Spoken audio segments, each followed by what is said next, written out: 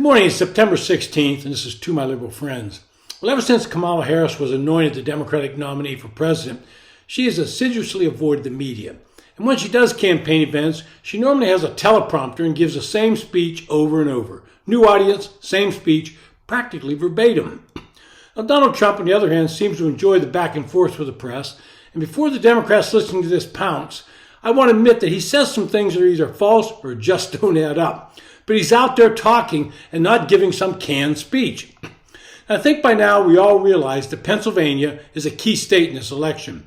I grew up in the Keystone State, and it's very different from one part of the state to another. Some have described Pennsylvania as Pittsburgh and Philadelphia with Alabama in the middle. In reality, Pennsylvania is a microcosm of our nation. The two major urban centers tend to vote Democratic, while the rest of the state is more rural and tends to vote Republican. For this reason, the Harris campaign is spending a lot of time in the state because it well could decide the election. Well, last Friday, Kamala Harris sat down with what she assumed would be a friendly media with a Philadelphia television station. This was an ABC station, so she probably figured they'd treat her with kid gloves like the moderators of the debate did the previous Tuesday. Brian Taft, the station's news anchor, sat down with the nominee and asked her a version of the question that she was asked earlier in the week. He was addressing the economy and asked what, quote, specific plans she had to bring down prices for Americans. This was Harris' moment to put some meat on her economic policies and how she would address the increase of prices. And here's her response, and I'm going to quote it. Well, I'll start with this. I grew up a middle-class kid. My mother raised my sister and me. She worked very hard. She was able to finally save up enough money to buy our first house when I was a teenager.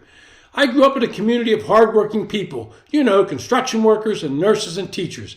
And I try to explain to some people who may not have had that same experience. A lot of people relate to this. I grew up in a neighborhood of folks who were very proud of their lawn. And I was raised to believe and to know that people deserve dignity, and we as Americans have a beautiful character. We have ambitions and aspirations and dreams, but not everyone can necessarily have access to those resources that can help you fuel those dreams and ambitions. So when I talk about building an opportunity economy, it's very much in the mind of investing in the ambition and aspirations and incredible work ethic of the American people and creating opportunity for people, for example, to start a small business.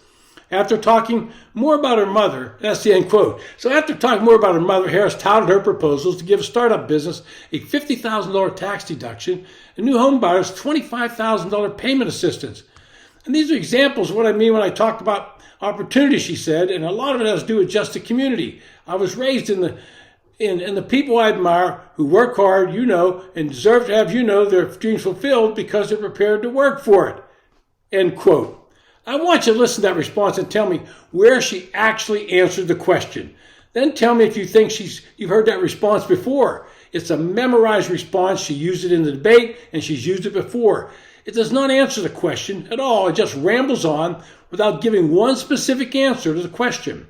And you will know she did not bring up her price control strategy to her grocery prices. That policy bombed immediately, even though she's still using it in ads. And even supporters on Capitol Hill said it's not something that would work. The reason is that grocery stores operate with a profit margin of about 1.5%. They rely on volume to stay profitable.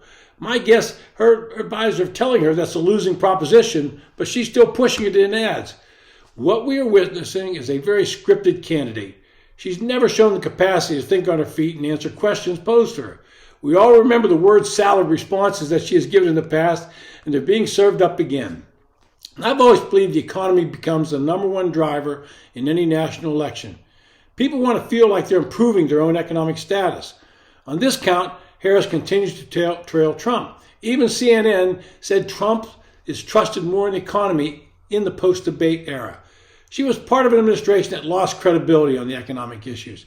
The ideas she had put forward are more government spending, and the public is finally understanding that government spending, it's not the solution. Trump has said he will not do a second debate after his failure last week, but I think now he's hinting he might do another.